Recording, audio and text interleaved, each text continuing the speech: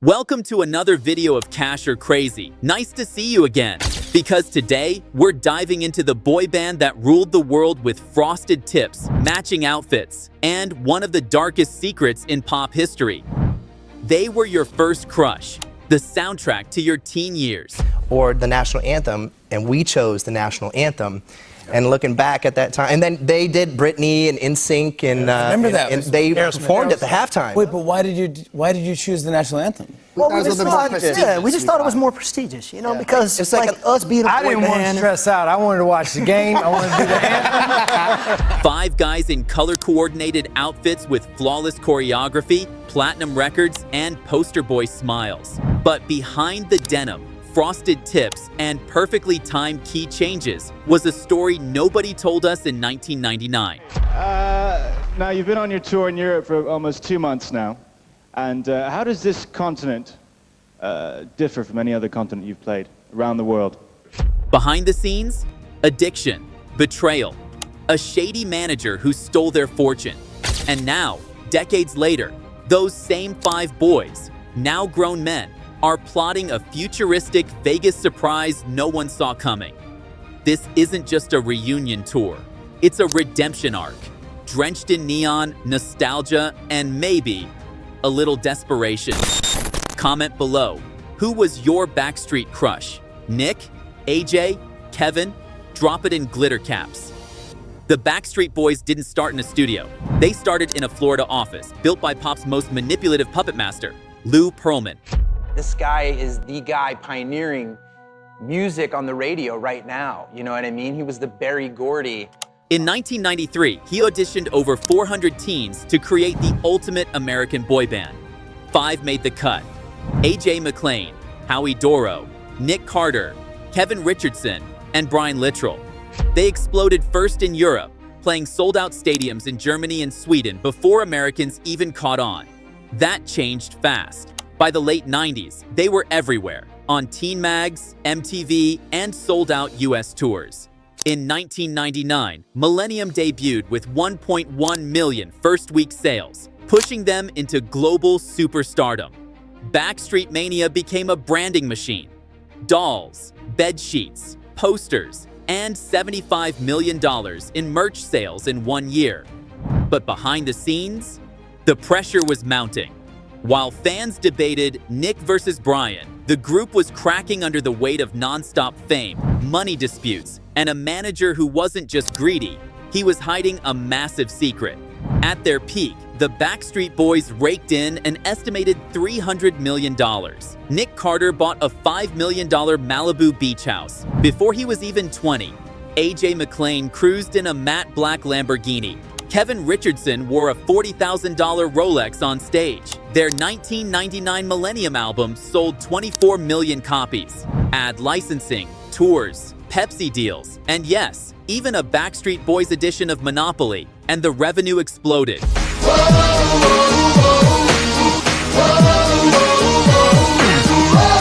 Okay, right now is the time where we check my mail, and hopefully. Pearlman gifted them a private jet painted with their names. They didn't rent it, they owned it. The merch was relentless. Dolls, posters, branded gum, even Backstreet Boys condoms. In 2025, they're pulling Vegas cash again. Their Sphere residency brings in $2 million per night, with VIP fans paying $900 to shake hands. They were so big, Florida declared Backstreet Boys Day in 2000. But beneath the glitz, millions were disappearing.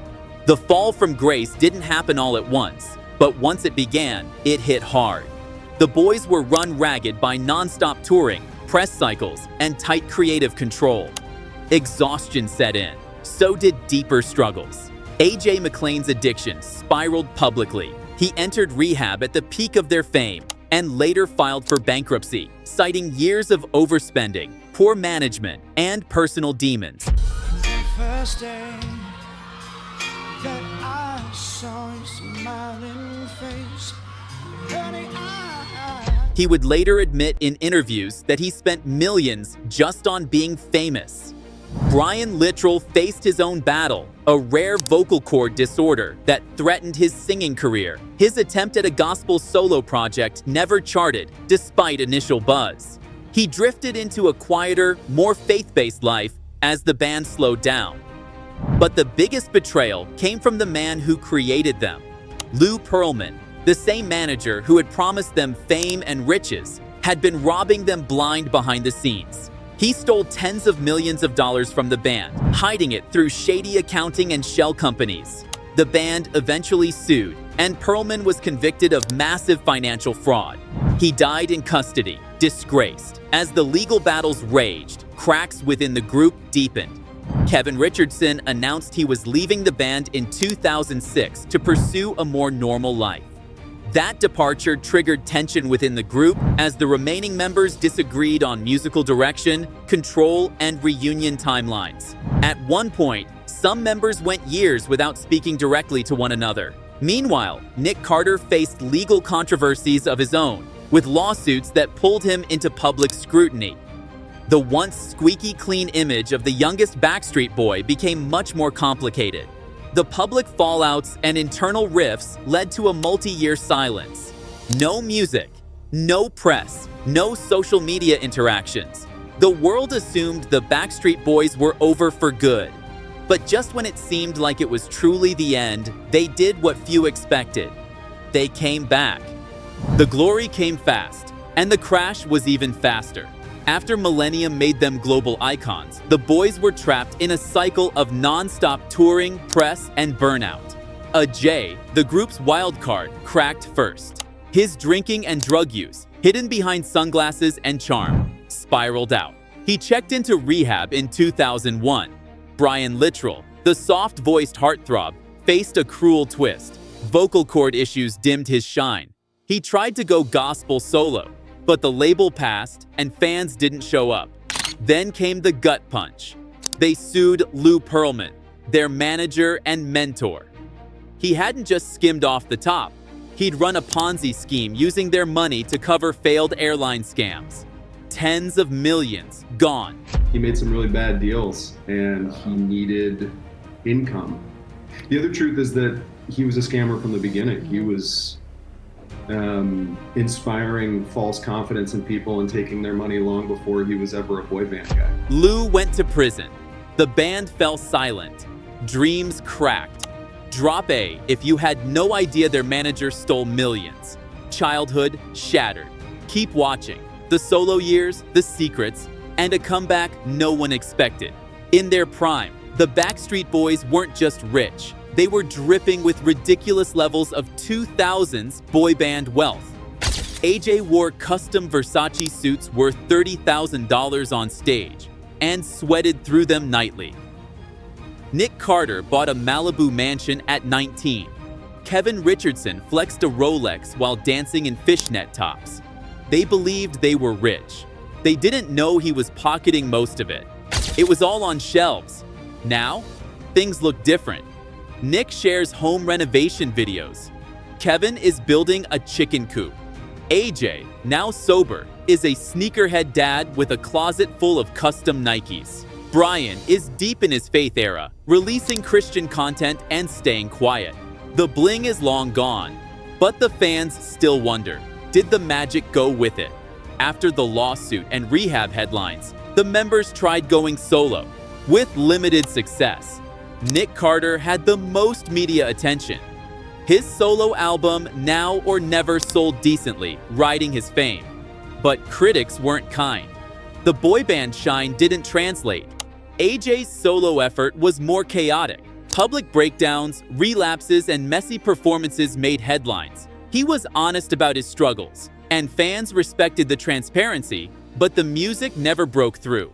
Brian leaned into gospel, hoping his wholesome image would connect, but the charts didn't respond. His solo work quietly vanished. Then came the real fracture. Kevin quit the group in 2006, citing family reasons and creative fatigue. But insiders said it went deeper: creative clashes, personal distance. The group stopped talking.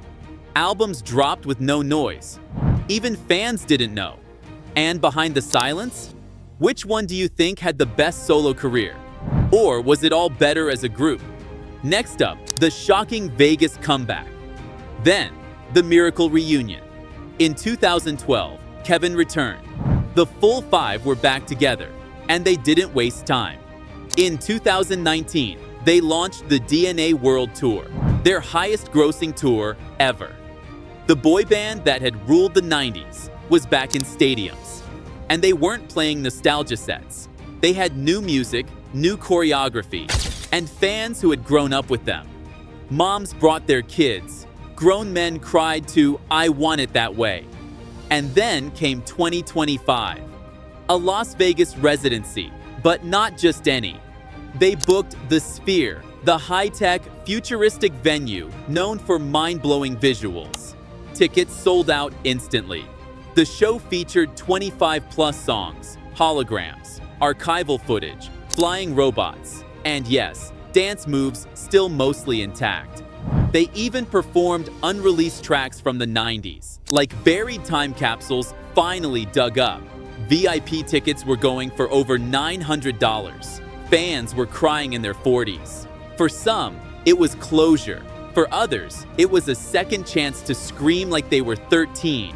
But the question lingered, is this a final tour or the start of one more era? Nick Carter now lives a quieter life, married with kids, dabbling in solo projects and real estate. He's still the most media visible, but he's no longer chasing the charts. Brian Littrell leaned hard into faith and family. He avoids press, stays away from drama, and focuses on projects that align with his Christian values. AJ McLean is the most transformed. Now sober, he's active in sneaker culture and openly discusses recovery on podcasts. He wants to be remembered for growth, not just hits. Kevin Richardson stays grounded, vegan, spiritual, and private. Rarely seen in the spotlight, he remains a steady force. Howie Doro quietly built wealth through real estate and Disney collaborations, shifting from frontman to backstage mogul. They've endured lawsuits, divorces, rehab, bankruptcies, and survived it all. The Backstreet Boys never really broke up. They just grew up. Is this their last dance? Or is the next generation about to discover the magic? They gave us heartbreak anthems, denim disasters, and dreams we wrote in gel pens. Now they're back, older, richer, and maybe wiser. Smash that subscribe button, because this is Cash or Crazy. And if you ever slow dance to As Long As You Love Me, you owe us one. Drop your favorite song below and tell us, are they still the best boy band ever? Or is this just nostalgia dressed in matching leather? Click the video on the right or left. You won't be disappointed. Thanks for watching, and I'll see you in the next one.